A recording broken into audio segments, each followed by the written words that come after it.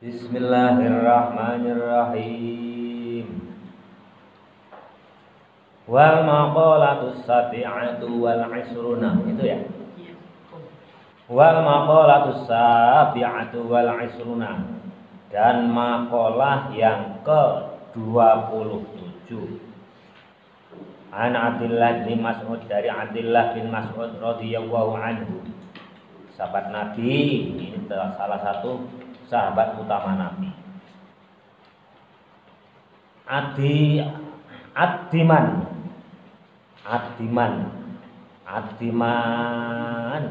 datangilah iftarodo yang telah diwajibkan, yang telah difardukan Allahu oleh Allah alaika atas kamu bitamamin dengan sempurna. Jadi segala sesuatu yang telah diwajibkan, yang telah difardukan, kata Abdullah bin Mas'ud sahabat utama Rasul, hendaklah kalian itu mendatangi dengan sempurna. Artinya apa? Yang melakukan dengan sempurna segala sesuatu yang sudah diperintahkan itu, jadi dilaksanakan dengan sempurna. Mastatoktum, ya, semampumu kalian usahakan semaksimal mungkin. Nah, nanti kalau bisa ya sempurna. Tapi kalau untuk manusia, barangkali segala sesuatu yang difardukan oleh Rasul itu barangkali ya sulit ya. Tapi kita berusaha untuk semaksimal mungkin. Takun adalah abadan nasi, termasuk orang yang ahli ibadah. Jadi kalau kalian bisa melaksanakan dengan semaksimal mungkin, ya kalau sempurna barangkali nggak mungkin ya, sulit sekali. Bisanya kita berusaha untuk melaksanakan semaksimal mungkin, mendekati kesempurnaan segala sesuatu yang telah diperintahkan oleh Rasul. Kalau kalian bisa termasuk hamba yang ahli ibadah. Ayatasiru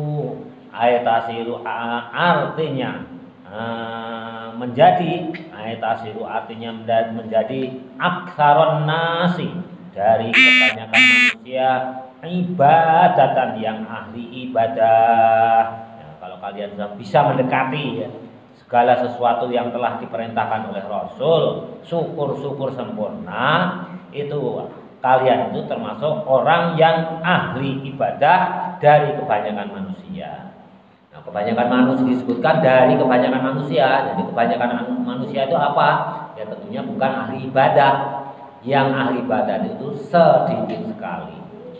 Ya, standarnya kalau kalian bisa mendekati kesempurnaan segala sesuatu yang telah diperintahkan oleh Rasul, itulah yang disebut ahli ibadah. Wajtanib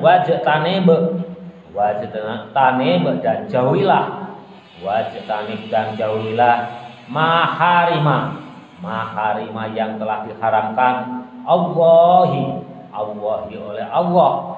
Takun adalah azhadan nasi, termasuk orang yang ahli zuhud. Kalau yang pertama, segala sesuatu yang telah difardukan oleh Allah, hendaklah kalian melaksanakan dengan sempurna. Nanti kalian akan disebut ahli ibadah. Yang kedua, jauhi segala sesuatu yang telah diharamkan oleh Allah. Kalian akan termasuk orang yang ahli zuhud. Jadi ahli zuhud itu sebenarnya mudah. Kalian menjauhi aja semua larangan yang telah digariskan oleh Allah. Itu termasuk ahli zuhud. Seringkali ini Bapak jelaskan zuhud. Ayatasiru artinya menjadi akbar nasi, termasuk orang yang besar di antara manusia, ba'dun dibandingkan yang lainnya. Lidunya, karena dunia, wa iradan dan berpaling anha dari dunia. Jadi zuhud itu orang yang berpaling dari urusan dunia, yang dipentingkan urusan akhirat itu zuhud ya. Kalian kerja keras dapat harta banyak ya, seperti yang sering Bapak sampaikan itu boleh, tapi harta yang banyak itu hanya semata-mata untuk kepentingan akhirat. Jadi nggak tambah bersih sedikit pun di hati kamu itu dunia dengan dunia yang diberikan Allah kepadamu itu untuk bersenang-senang semata, untuk mencukupi hawa nafsu, memenuhi hawa nafsu, ya, hawa nafsu sendiri enggak, semata-mata untuk urusan dunia. Itu namanya zuhud. Bismillahirrahmanirrahim. Wa ardo, dan yang ketiga apa? Wa ardo. Wa ardo, dan hendaklah kalian ridho. Wa ardo, dan hendaklah ridho bima dengan segala sesuatu. Bima dengan sesuatu kosma yang telah dibagikan Allah oleh Allah laka kepadamu. Jadi yang ketiga, kalau kamu yang ketiga itu hendaklah kalian itu mampu dengan ikhlas, dengan ridho setiap pembagian, setiap takdir kodok yang diberikan oleh Allah. Ditakdirkan orang yang kurang mampu di bidang ekonomi, alhamdulillah menerima dengan ikhlas. Yang penting kerja keras. Yang penting kerja kerasnya itu. Masalah nanti kita kaya atau miskin itu urusan Allah, ada takdirnya. Kalau kalian ditakdir ya ekonominya masih pas-pasan ya alhamdulillah menerima dengan ridho. Kalau kalian bisa menerima dengan ridho segala sesuatu yang diberikan oleh Allah, minar rizki, dari rizki, takun ada kamu aghnan nasi, termasuk orang yang paling kaya di antara manusia. Walaupun kalian itu ekonominya pas-pasan, tapi kalau kalian ridho menerima pemberian Allah, kalian itu termasuk orang yang paling kaya di antara manusia. Jadi kaya di hadapan Allah, di hadapan agama itu bukan banyak harta, tapi ridho menerima semua pembagian dari Allah Subhanahu wa taala. Itu disebut aghnan nas, orang yang terkaya di antara manusia. Ayatasiru artinya menjadi aksaron nasi, dari kebanyakan manusia, malan banyak hartanya. Tiga, makalah tiga ya ada tiga. Jadi yang pertama apa? Makalah ke-27 tadi. Kalau kalian bisa melaksanakan segala sesuatu yang telah diperintahkan oleh Allah ya, melalui Nabi Muhammad tentunya ya. Nah, itu dengan sempurna kalian termasuk orang yang ahli ibadah. Kalau kalian mampu menjauhi segala yang diharapkan oleh Allah, kalian termasuk orang yang zuhud. Yang ketiga, kalau kalian ridho, ikhlas menerima pemberian dari Allah apa adanya, kalian termasuk orang yang paling kaya di hadapan Allah. Wal maqalatu saminatu wal isruna, dan maqalah yang ke-28 ngan Sholih Al-Marqadi, dari Syekh Sholih Al-Marqadi radhiyallahu, semoga meridhai Allah anhu kepada Sholih Al-Marqadi, annahu bahwasanya Syekh Sholih Al-Marqadi biba'did diyari dari sebagian ahli kampung. Jadi ahli kampung, misalkan Syekh Sholih ini mempunyai kampung A misalnya, beliau itu adalah ahli kampung, jadi asli putra daerah di kampung tersebut. Faqala, maka berkata Syekh Sholih, ya diari wahai kampungku, aina ahluki, di mana ahlimu? Jalan-jalan di kampungnya ini barangkali udah lama berpergian dari kampungnya, pulang kampung. Jalan-jalan di kampung kelahirannya, tanah kelahirannya, orang kampung itu udah mati semua, udah gak ada yang tinggal. Ya ahluki, wahai, ya diari, wahai kampungku, ya diari, wahai kampung. Aina ahluki, di mana ahlimu, di mana penduduknya? Di mana penduduknya? Ainamu nisuka. Nah, artinya di manakah orang yang pada tinggal di kampungmu, di kampung ini? Di mana ini orang ini kok sepi, nggak ada, pada kemana orang yang tinggal di kampung ini? Kata Syekh Sholih Al-Marqadi begitu masuk kampung kelahirannya. Al-awwaluna penduduk yang dulu-dulu. Wa aina amaruki, dan di mana orang yang memakmurkan, dan di mana orang yang memakmurkan kampung ini, kampungmu. Ini mungkin ini kosong ya kampungnya itu. Syekh Sholih Al-Marqadi ini pulang kampung, kampungnya dalam keadaan kosong. Dia panggil-panggil, ya diari, wahai kampung, aina ahluki, di mana pendudukmu? Aina munisuka, artinya orang yang pada bertempat tinggal di kampung. Al-awwaluna yang dulu-dulu. Wa aina amaruki, dan di mana orang yang ahli memakmurkan kampung? Aibanuki, artinya orang yang membangun kampungmu.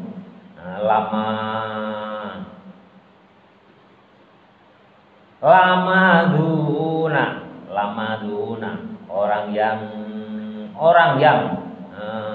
orang yang sudah pada memakmurkan. Wa aina sukanuki, dan pada di mana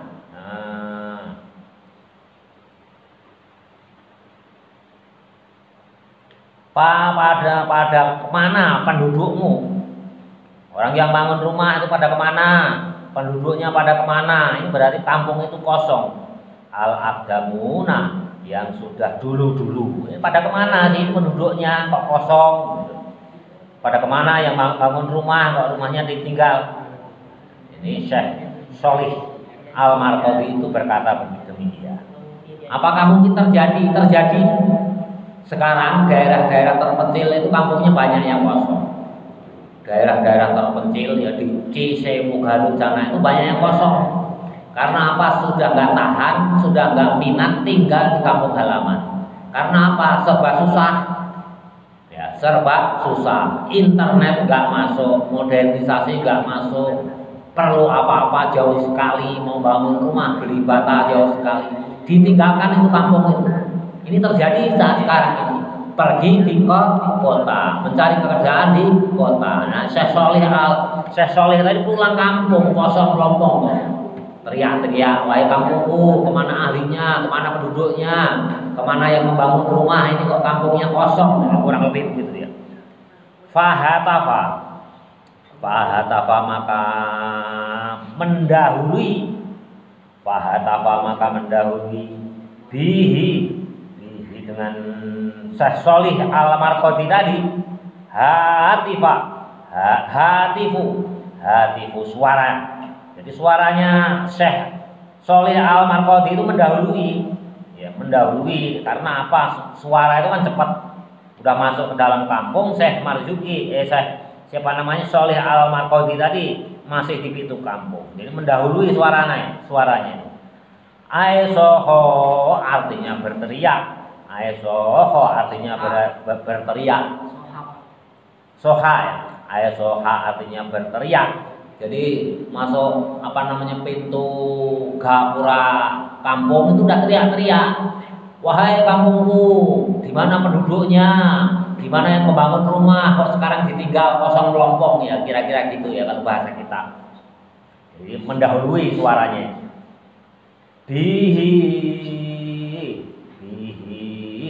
Bihi dengan saya Sholih Al-Marqadi tadi. Soihun berteriak. Fasami'a maka kemudian mendengar Syekh Sholih Al-Marqadi tadi sautahu suaranya, suara orang yang dari dalam kampung tentunya. Walam yaro, dan tidak melihat sahsohu kepada orang satupun di kampung itu. Jadi Jadi teriak-teriak ya, kalau orang ya punten punten, ada jawaban dari dalam kampung tapi tidak ada orangnya. Ini terjadi ya. Jadi dialami oleh Syekh Sholih Al-Marqodi.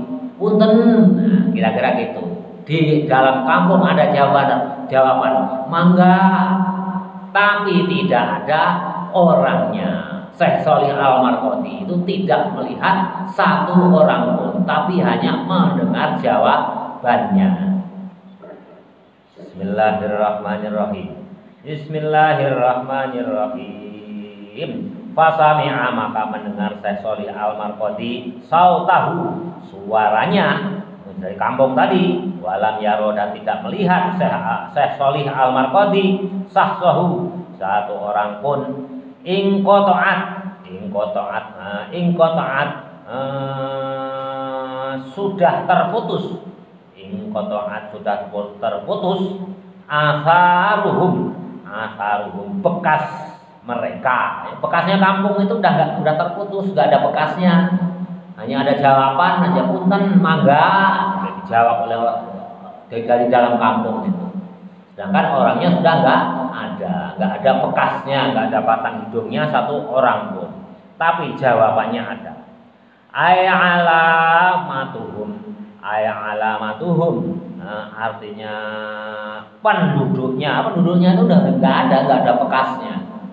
Berarti kampungnya itu telah kosong. Wabaliyat dan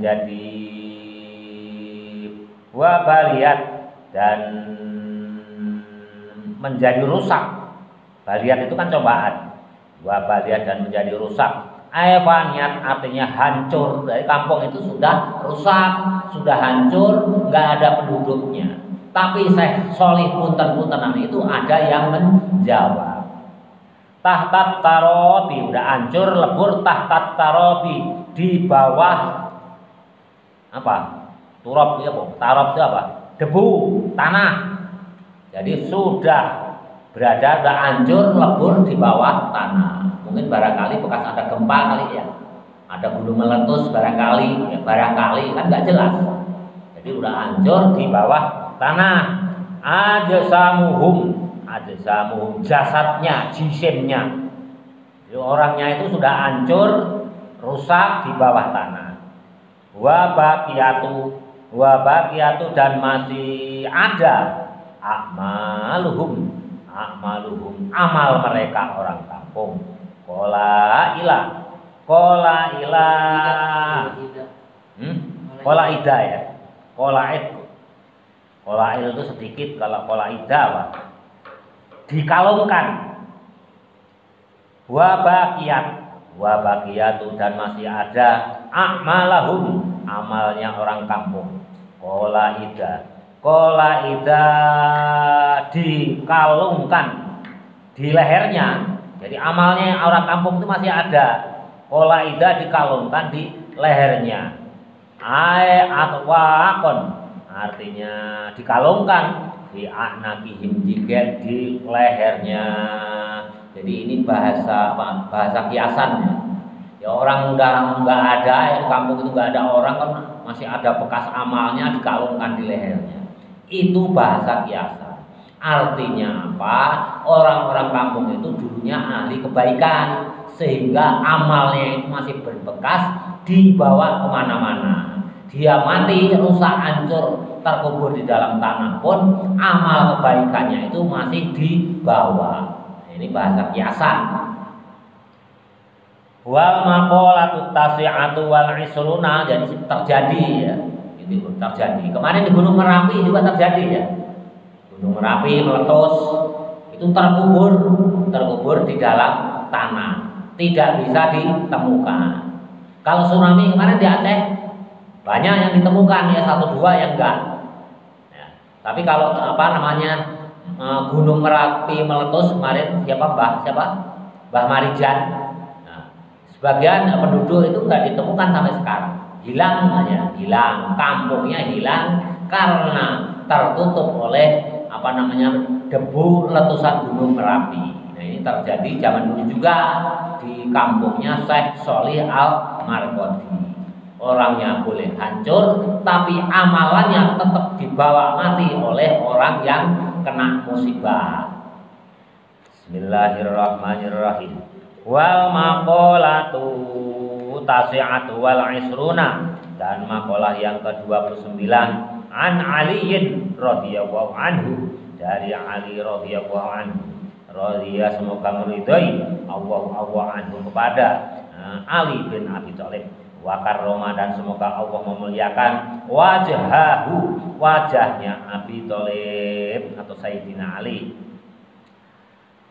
Ini kata Sayyidina Ali ya. Kalau tadi kan ulama, sekarang Sayyidina Ali. Tafadhol, bagilah karunia, bagikanlah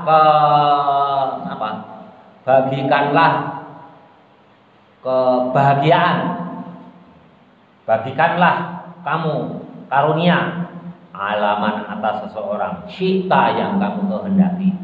Hendaklah kalian membagikan suatu kesenangan, kebahagiaan ke orang lain. Kata siapa? Kata Sayyidina Ali. Bagikanlah kebahagiaan kepada orang lain yang kamu kehendaki. Artinya apa? Ya kalian bersedekah atau menolong atau apapun, yang pasti kalian itu memberikan kepada seseorang itu membuat orang itu bahagia. Ai ahsin, artinya berbuatlah kebaikan ilaihi, kepada orang yang kamu kehendaki. Ya kamu kehendaki biasanya siapa? Kalau kalian berbuat baik itu ya yang kamu cintai. Kalau nanti kalian sudah puber, ya, biasanya membagikan sesuatu itu kebanyakan ke pacar. Dikit-dikit ingat pacar. Bahkan pacar yang nge-WA, hujan, angin deras sekali. Ya, ayah tolong dong aku beli ini martabak. Saya pengen sekali ini, perutku lapar. Nah, biasanya yang paling disenangi itu kita ringan tangan, langsung berangkat. Masih tak pada siapapun. Yang paling utama ke siapa? Ke kedua orang tua. Kedua orang tua itu paling utama.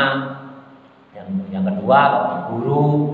Nah, yang ketiga kalau udah punya mertua, yang kedua ya. Orang tua, mertua, guru. Baru yang lain-lain itu kalau diprioritaskan. Baru pacar ya, keempat baru pacar. Yang kelima baru yang lain-lain. Yang kau kehendaki, yang akan kau beri sesuatu yang membahagiakan itu adalah ya sesuai kehendakmu aja, sesuai kehendakmu. Wa an'im, dan bagikanlah kenikmatan alaihi, kepada orang yang kau kehendaki.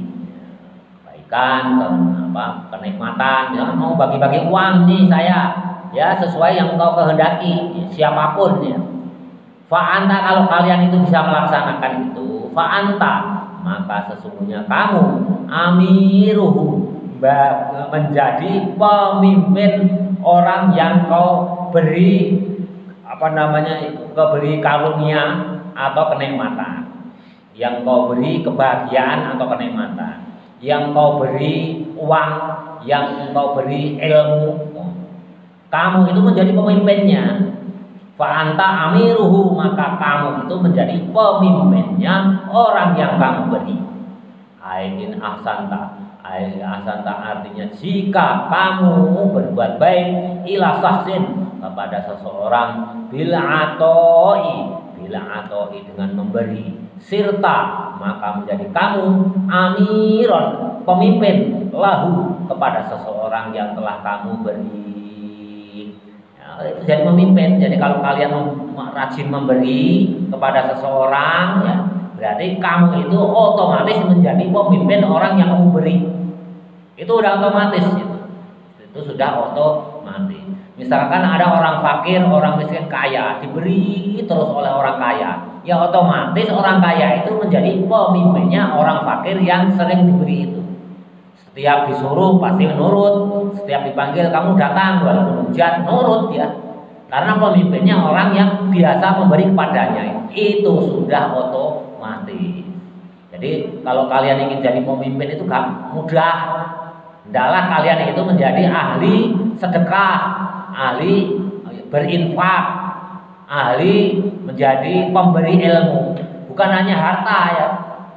Misalkan kalian pesantren ya, nanti kalau kalian ditakdir pindah pesantren yang besar, nah, di sana baru nampak santri itu selalu nurut kepada kiainya, selalu nurut, disuruh apapun padahal nggak dikasih imbalan ya, itu nurut kepada kiainya, kepada ustadznya. Itu sudah otomatis. Karena apa? Ustadz, kiai itu selalu memberi ilmu kepada santrinya, sehingga otomatis santri itu nurut ya kepada ustadznya atau kepada kiainya. Artinya apa? Guru, kiai, orang yang sering memberi uang ya, rezeki kepada orang fakir, itu otomatis menjadi pemimpinnya orang yang sering diberi. Makanya kalau kalian pengen menjadi pemimpin ya sering-seringlah memberi. Misalkan kalian di pesantren ini banyak uangnya, banyak kirimannya ya, temanmu yang nggak punya itu sering-sering kamu beri. Nah, praktekkan itu.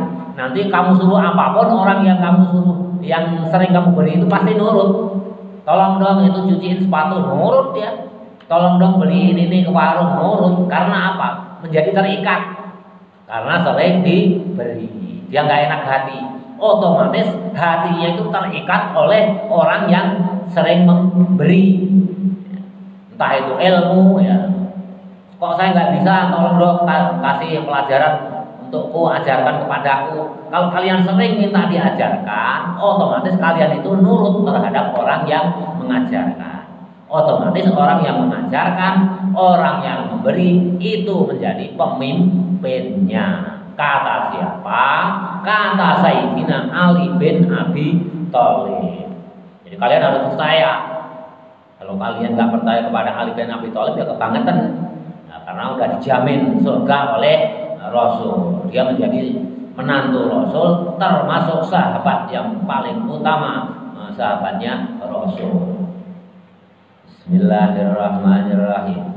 Bismillahirrahmanirrahim. Was'al dan mintalah man kepada orang syi'ta yang kamu kehendaki. Fa'anta maka kamu asiruhu menjadi budaknya.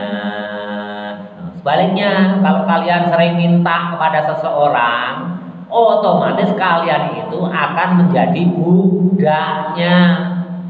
Ya kayak kalau misalkan kita dikit-dikit, misalkan saudara kamu ada yang kaya raya, kebetulan si fulan itu menjadi yang miskin atau fakir, sering minta kepada saudaranya yang kaya raya, otomatis yang saudara yang sering minta itu menjadi budaknya ke atas saudara yang kaya raya. Itu udah otomatis itu menjadi budaknya orang yang memberi, entah itu memberi harta atau memberi ilmu.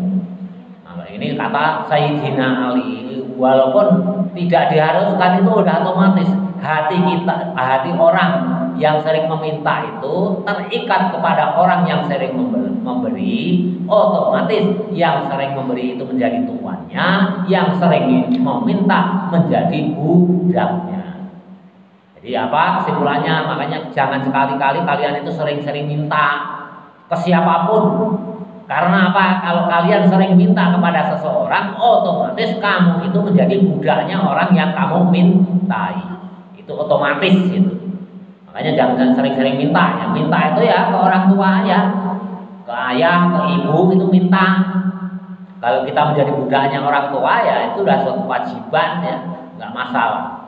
Tapi kalau menjadi budaknya orang lain, hati-hati, hati-hati. Nanti harga dirimu akan hancur lebur. Kadang-kadang kita itu diajak berbuat dosa, tidak bisa menolak, bahkan tidak mampu untuk menolak. Karena apa? Hati kita sudah terikat. Orang yang fakir menjadi budaknya, orang yang kaya menjadi tuannya. Bismillahirrahmanirrahim. Aiwas'al. Aiwas'al artinya mintalah an-nasa kepada manusia. Sesuatu tahtajuhu yang dibutuhkan terhadap minal mali dari harta, wal ilmi dan ilmu. Fa ini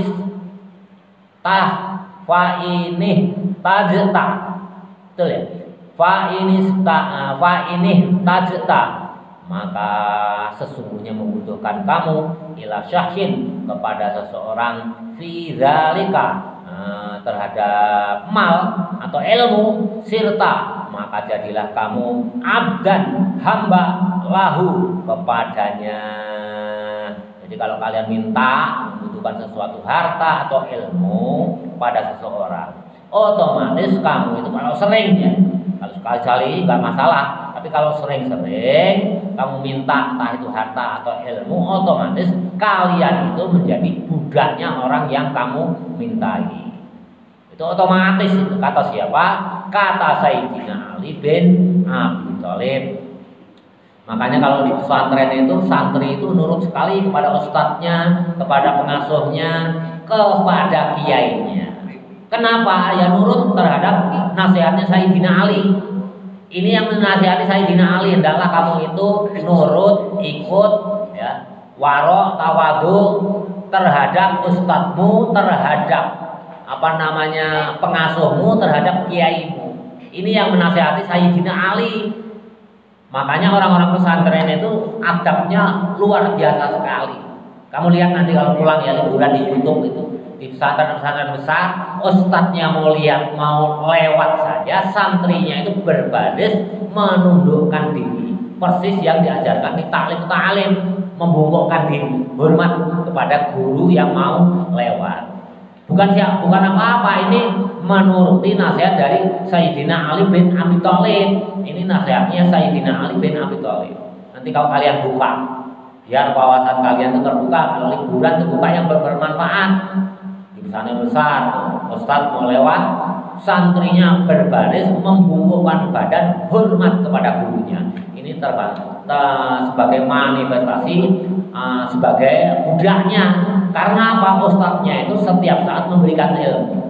Nah, otomatis nasihat Ali bin Abi Thalib ini yang berlaku, ya. Bukan nasihat kiai atau nasihat ulama besar. Ini malah Sayyidina Ali bin Abi Thalib. Itu udah otomatis menjadi budaknya. Ini budak ini dari arti kata ya kita menghormat, tawadhu, waro, ya. Adab sopan santunnya kita pakai. Kalau lewat di depan ustadz, pengasuh, kiai, ya bungkukkan badan. Kalau salaman, cium tangan itu sebagai bentuk daripada penghambaan. Tadi bentuk budak, bukan budak itu dalam arti perbudakan, diapa-apain diem aja, bukan. Oh, disuruh nyuci baju ini itu nggak dikasih madukan. Bukan budak zaman jahiliyah, itu bukan. Penghambaan, kita hendaknya menghormati. Li'annan nufusa, karena sesungguhnya jiwa. Li'annan nufusa, sesungguhnya diri masing-masing. Jubilat, ya diri masing-masing santri ya, kita ya, hawa nafsu kita jubilat, dibuat menyenangi seseorang. Li'annan nufusa, karena sesungguhnya jiwa-jiwa jubilat, dibuat untuk menyenangi, jubilat dibuat bihubbin, untuk menyenangi man seseorang. Jadi sesungguhnya jiwa kita ya, nafas kita itu dibuat untuk menyenangi orang. Asana yang sudah berbuat baik ilaiha, kepada nufus. Jadi orang yang berbuat pada kita, nah, misalkan orang kaya sering memberi kepada kita, itu kan berbuat baik. Nah, itu nufus itu akan dibuat menyenangi orang yang sering memberi kepada kita. Itu otomatis. Kama fil hadisi, seperti yang telah dijelaskan di dalam hadis. Nah, ini Sayyidina Ali ini sebenarnya menerangkan hadis. Hadisnya ada ya. Hadisnya bagaimana? Waman dan orang ahabba yang mencintai man syai'an, pada sesuatu, syai'an pada sesuatu, fahuwa, maka man tadi asirun, menjadi hamba lahu, kepada orang yang telah memberi. Jadi ini sabda Nabi, ini hadisnya panjang. Wali qauli aliin, wali qauli aliyin karrama wajhah. Dan wali qauli, dan untuk ucapan Ali karrama, semoga memuliakan Allah wajhah, wajahnya Sayyidina Ali. Jadi Sayyidina Ali ini berkata, ana abduman, kata Sayyidina Ali, tadi hadisnya ada ya, dikutip hadisnya ada. Sayyidina Ali berkata, ana abduman, saya itu budaknya orang, alamani, yakni guruku, alamani, yakni orang yang mengajariku. Saya itu budaknya orang, ya orang itu siapa? Yakni guruku yang mengajariku. Harfan, walaupun satu huruf, fa insya'a. Ini kata Sayyidina Ali ini.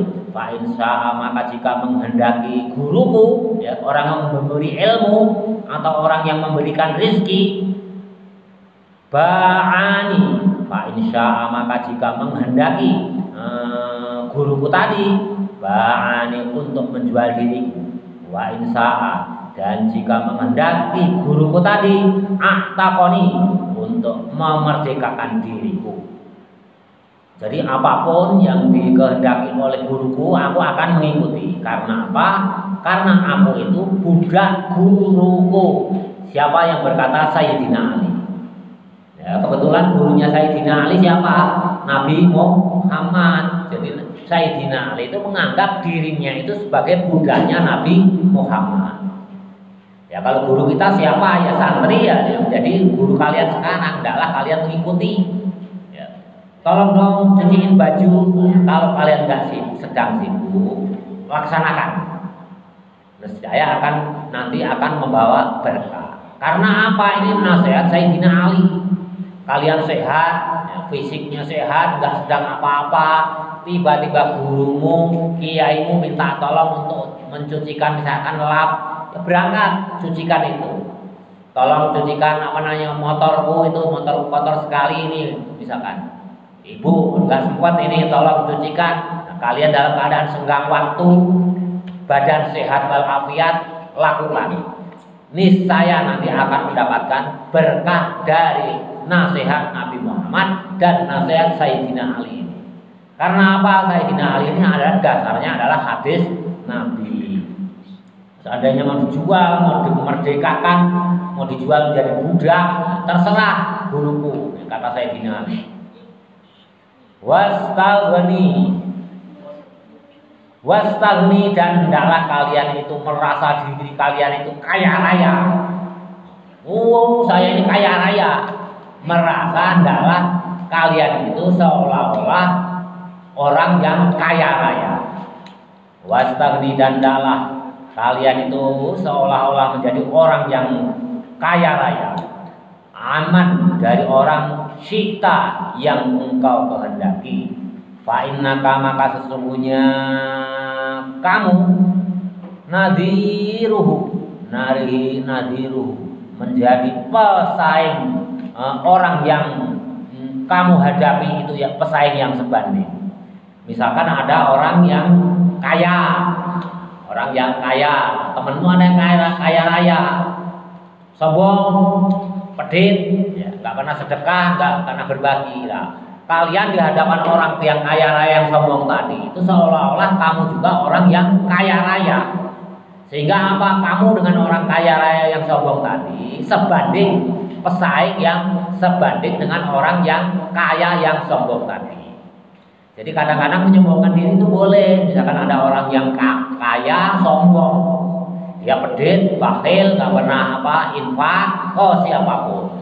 Kalian hendaknya di hadapan orang yang kaya itu kalian seolah-olah kalian itu juga kaya raya, mau diberi aja nggak mau, udah maaf, saya punya, maaf, saya nggak perlu.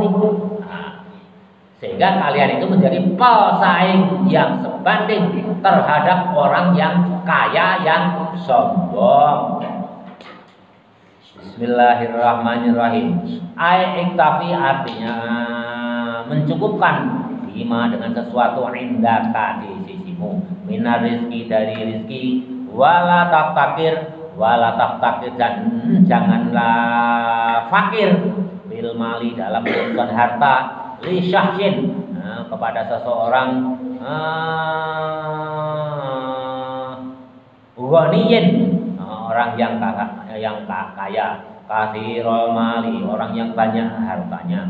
Fa illam tabtakir, nah, maka jika kamu tidak menganggap dirimu fakir, ilahi kepada orang yang kaya, sirta, maka jadilah kamu ghaniyan, menjadi orang yang kaya, mithluhu, sepadan orang yang kaya yang sombong. Ya. Kalau kalian di hadapan orang yang kaya, jangan tampakkan kalau kalian itu fakir. Ya. Orang kaya sombong, ya udah jangan tampakkan. Tapi kalau yang kita hadapi orang kaya, dermawan, ya udah kamu jangan ikut menyombongkan diri seolah-olah kamu kaya. Nggak boleh. Tapi kalau orang kayanya sombong, ya, bakhil, pedit, kalian seolah-olah itu nggak butuh. Nih, tak kasih uang 100.000. Wah, sorry, saya juga masih punya uang, nggak butuh uang dari kamu. Itu menghadapi orang kaya yang sombong. Saya nggak perlu, bagikan aja orang yang membutuhkan. Itu menjadi pesaing kalian yang sebanding. Makanya boleh ya, boleh orang yang sombong dibalas sombong, boleh orang bakhil dibalas bakhil, boleh ya. Jadi sepadan. Kalau orangnya bakhil ya suatu saat dia butuh minta tolong kepadamu, ya jangan kamu tolong. Itu namanya sepadan. Orang kaya sombong, ya udah kamu sombongin lagi, saya nggak perlu hartamu, kasihan orang lain. Kasihkan ke orang lain yang membutuhkan. Saya tidak butuh. Itu sepadan. Nah, ini ajaran Islam itu boleh. Jadi sombong itu boleh, ada tempatnya. Bakhil juga boleh, ada tempatnya. Kadang-kadang riya juga boleh. Ya pamer boleh, pada tempatnya. Orang yang suka pamer, orang kaya pamer, ya kita balas nanti. Suatu saat kita dapat rezeki, kita pamerin aja di hadapan orang kaya. Nih, saya punya uang 2 juta nih. Nggak perlulah sedekah dari orang seperti kamu. Kita pamerkan. Jadi yang setimpal ya. Islam itu luar biasa. Sombong boleh enggak? Sombong hakikatnya adalah kelakuan iblis. Dosa yang paling besar adalah salah satunya sombong setelah syirik. Tapi kalau di hadapan orang kaya yang sombong, kita justru diwajibkan untuk sombong kembali. Sombong kembali, dibalas. Jadi ada tempatnya. Wallahu a'lam bishawab.